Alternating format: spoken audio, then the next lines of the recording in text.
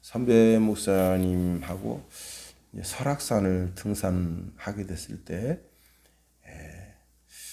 그날 이제 그 설악산으로 해서 쭉 오솔길로 쭉 올라가는 길, 그래서 거기 대피소가 있는데 대피소까지 가기로 했어요. 올라가는 시간을 한 5시간 잡고 내려오는 시간을 한 6시간 잡고 그렇게 이제 해서 올라가려고 했는데 그때 대설주의보가 내려서 눈이 많이 내리는 통에 입구에서부터 아예 못 올라가게 합니다. 대신에 울산바위는 올라가게 해요. 그래서 이제 울산바위로 올라갔습니다. 올라가는데 한 2시간 반 걸리잖아요. 그래서 내려왔어요. 그리고 중턱에서 점심을 먹습니다. 근데 이 목사님이 너무 아쉽다 그러시더니 그 설악산 입구 좌측에 보면 거기 폭포가 있어요. 거기까지 가자.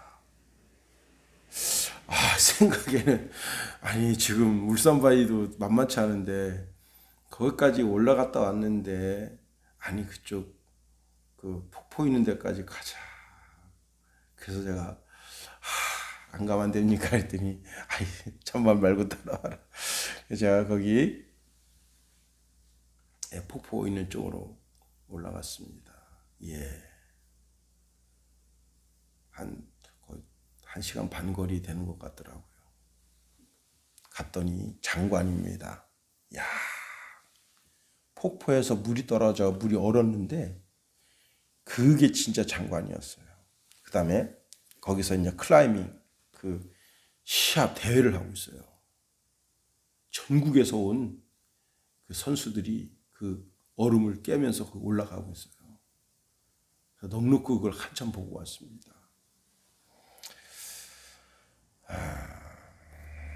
오늘 엘리야의 마음과 엘리사의 마음.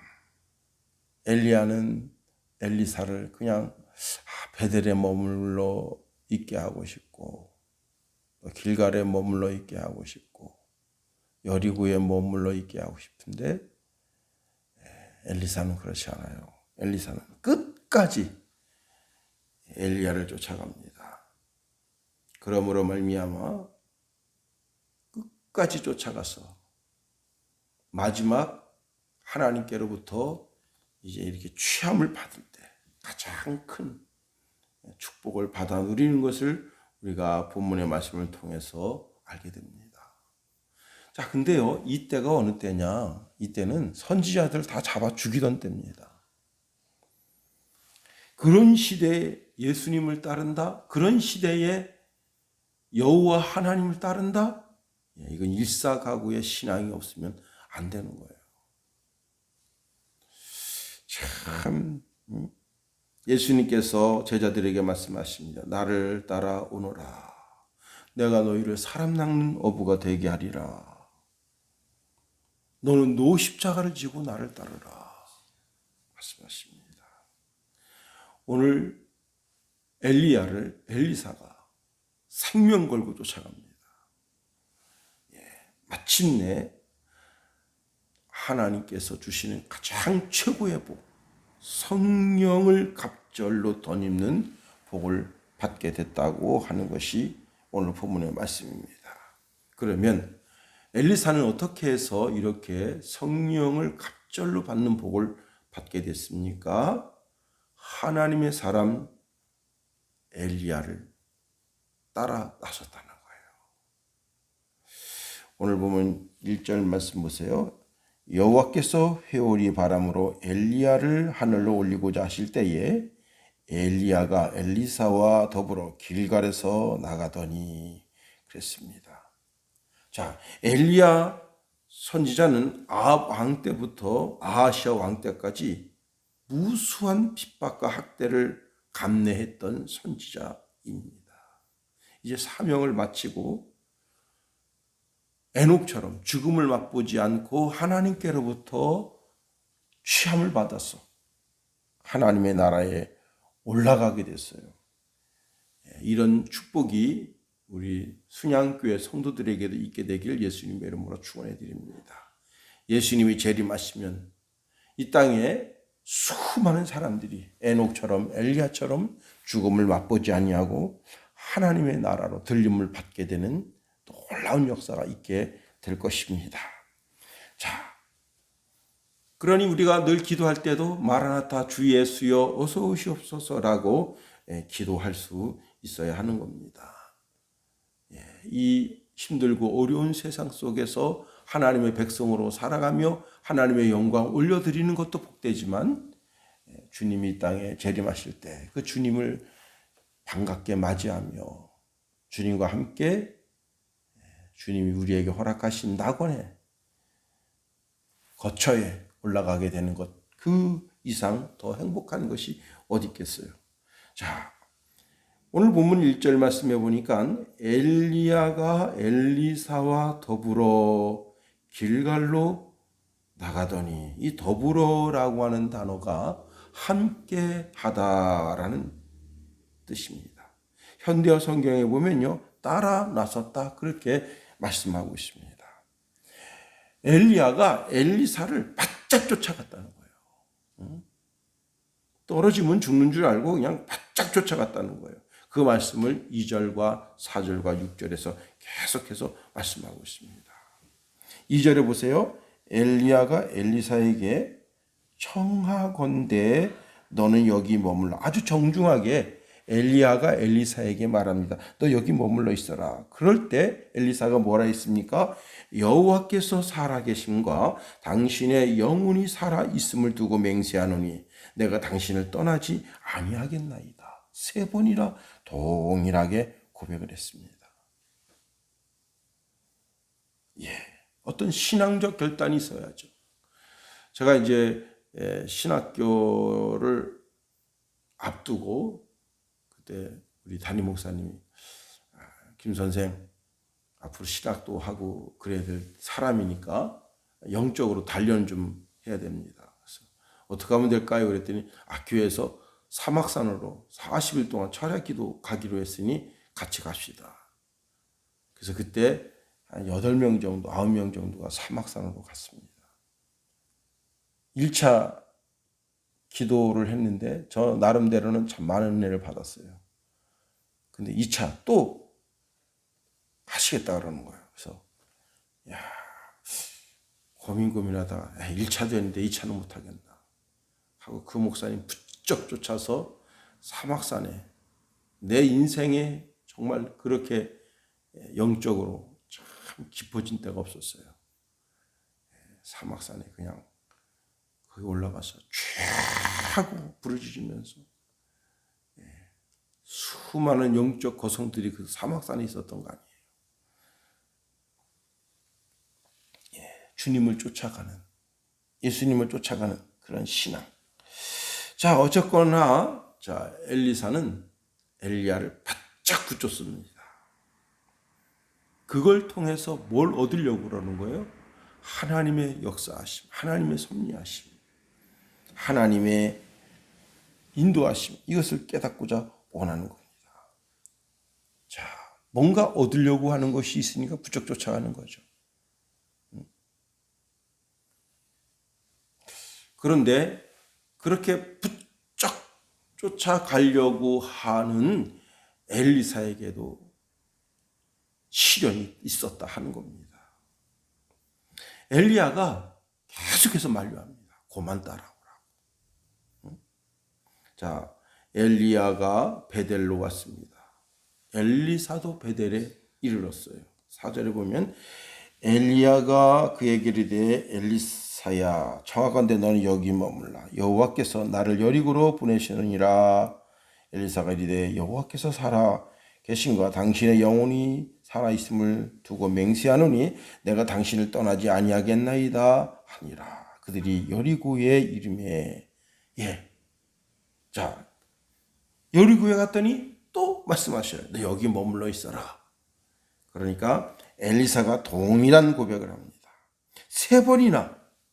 한 번은 거절할 수 있어요. 아니에요. 근데 동일하게 2번, 동일하게 3번 할 때 참 이거 뻔뻔한 거 아니에요. 너 제발 여기 있어. 그렇게 하는데도 아닙니다 하고 3번이나, 우리말에 3세번이라잖아요. 3세번. 3번이나 그렇게 말한 건 완곡한 거절이죠. 너 그만 따라와라. 완곡한 거절인데 그 완곡한 거절을 거부한 거예요. 왜 엘리사가 이 엄청난 복을 받았습니까? 50명의 선지 생도들은 눈 하나 깜짝하지 않습니다. 그런데 엘리사는 눈 하나 깜짝합니다. 안 되겠다 이게. 최종적으로 마지막 엘리야는 하나님께서 그 영혼을 취하시면, 그 육체를 취하시면 엘리야 속에 있는 영성, 그 성령의 내재하심, 이런 것이 더 이상 필요가 없어요. 왜? 하나님과 함께 하는데 뭐. 그는 천국에서 영원히 성삼위 하나님과 함께 하는데. 그러나 이 땅에 사는 우리는 성령의 내재하심, 충만하심이 필요한 사람들이에요. 그래서 부쩍 쫓은 거예요. 자,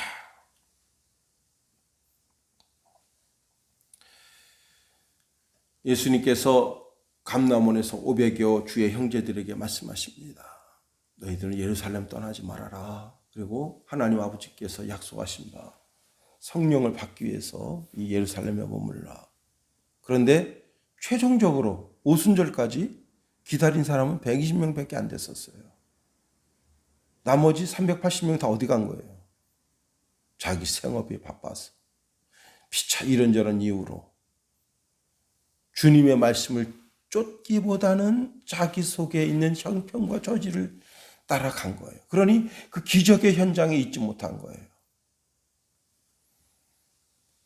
우리가 부쩍 쫓을 때, 예수님을 부쩍 쫓을 때, 수노보니게 여인이 부쩍 예수님을 쫓아갑니다. 예수님께서 아주 섭섭한 말씀하시죠. 상위에 있는 떡을 취해서 개한테 던지는 게 마땅치 않다. 아주 쌀쌀맞게. 그때 이 수르보니게 여인이 이런 말합니다. 맞습니다. 그런데 개도요, 그 상에서 떨어지기는 부스러기를 먹고 삽니다. 예수님이 그냥 크게 감동하신 거예요. 자, 여러분, 누가 나를 이 개 같은 놈, 개 같은 년 그러면 얼마나 화가 나겠어요. 수르보니게 여인은 그게 아닙니다. 어떤 시련, 어떤 환경, 악한 환경이라도 예수님을 바짝 쫓겠다고 하는 결단이 있으니까 결국은 기도응답을 받아내게 됩니다. 자, 이로 인해서 엘리야가 자기 겉옷을 들어서 이제 요단강을 칩니다. 그때 놀랍게 요단강이 갈라졌어요. 이제 하나님께서 엘리야를 취하시고 난 후에 그의 겉옷을, 떨어진 겉옷을 가지고 자기 옷은 찢어버리고 엘리야의 겉옷을 들고 자기 동일하게 요단강을 쳐봅니다.